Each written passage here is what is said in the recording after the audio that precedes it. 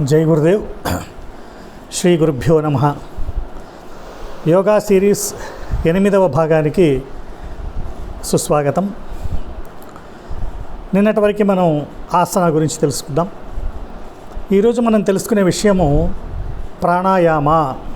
ఆసన తర్వాత ప్రాణాయామ అంటాం.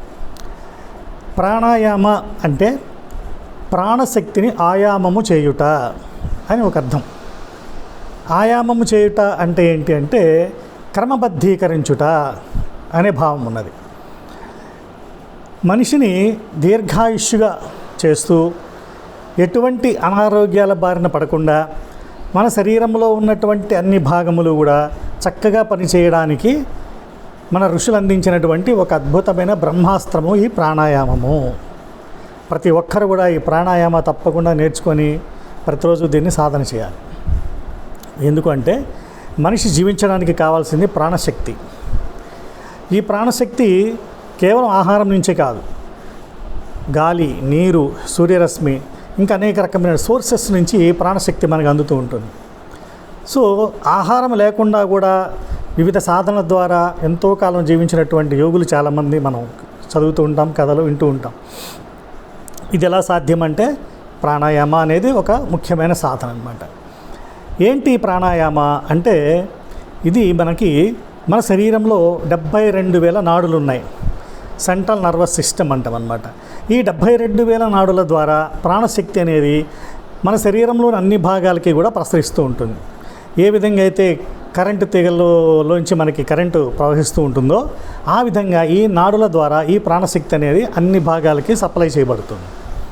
అయితే మనకి మన యొక్క మానసికమైనటువంటి ఒత్తిడుల వల్ల మనం తీసుకునే కొన్ని అనారోగ్యపు ఆహారపు అలవాట్ల వల్ల చాలా రకాల కారణాలు ఉన్నాయి. వీటి వల్ల ఏమవుతుంది అంటే ఈ నాడీ వ్యవస్థలో ఈ నాడులలో బ్లాక్స్ ఏర్పడి అవి కొంత మూసుకుపోయి ప్రాణశక్తి యొక్క ప్రవాహం అనేది తగ్గిపోతూ ఉంటుంది. ఉదాహరణకి ఇప్పుడు మనం డయాబెటీస్ తీసుకుందాం. ఇప్పుడు ప్యాంక్రియాస్ గ్లాండ్ అనేది ఒకటి ఉంది. ఈ ప్యాంక్రియాస్ గ్లాండ్ సరిగ్గా పని చేయకపోతే డయాబెటీస్ వస్తుంది. మనకందరికీ తెలుసు. ఎందుకు ఈ ప్యాంక్రియాస్ గ్లాండ్ ఎందుకు పని చేయడం తగ్గింది అని ఆలోచిస్తే దానికి కావలసినటువంటి శక్తి దానికి దొరకడం లేదు కాబట్టి, దానికి సప్లై అవ్వాల్సినటువంటి ప్రాణశక్తి అందడం లేదు కాబట్టి అది పనిచేయడం తగ్గింది. ఇది మనం గ్రహించాలి.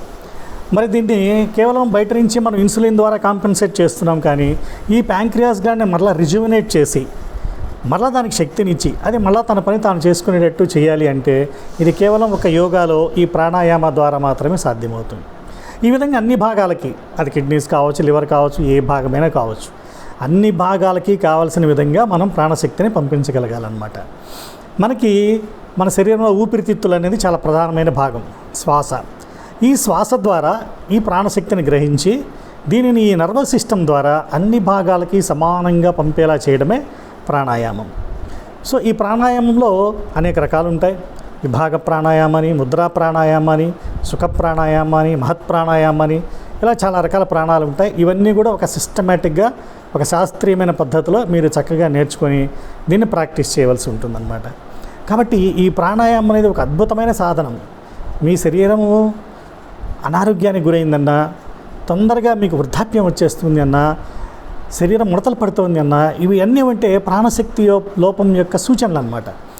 సో దీన్ని మనం ఈ ప్రాణాయామం ద్వారా చక్కగా సరి చేసుకొని ప్రతినిత్యము ఒక 20 నిమిషాలు ప్రాణాయామ చేసేదానికి సమయం కేటాయించుకుంటే మీ జీవితం చాలా అద్భుతంగా ఉంటుంది. అన్ని భాగాలు కూడా చక్కగా పనిచేయడం ప్రారంభిస్తాయి. కాబట్టి ఇది తప్పకుండా అందరూ నేర్చుకోండి. మన ఋషి సంస్కృతి విద్యా కేంద్రాల ద్వారా కొన్ని వేల మందికి మనం ఈ ప్రాణాయామం నేర్పించాము. మీరందరూ కూడా, మీరు మీ కుటుంబ సభ్యులందరూ కూడా తప్పకుండా ఈ ప్రాణాయామం నేర్చుకొని దీన్ని మీరు ఇంట్లోనే చక్కగా సాధన చేసుకోవచ్చు అందరు కలిసి. దీని విషయంగా మీకు ఆసక్తి ఉన్నట్లయితే మమ్మల్ని సంప్రదించినట్లయితే ఇది ఎలా నేర్చుకోవాలి, దీని వివరాలన్నీ కూడా మీకు పూర్తిగా తెలియచేయడం జరుగుతుంది. కాబట్టి యోగాలో ఈ ప్రాణాయామం అనేది చాలా అద్భుతమైనటువంటి ప్రక్రియ అన్నమాట. దీని గురించి చాలా లోతుగా చాలా విషయాలు ఉన్నాయి డీప్గా, కానీ అవన్నీ కూడా మనం కొద్ది కొద్దిగా తెలుసుకుంటూ వెళ్దాం. ఇది ప్రాణాయామ గురించి. రేపు మనము ప్రత్యాహార అనే దాని గురించి తెలుసుకుంటూ వస్తాం. జై గురుదేవ్.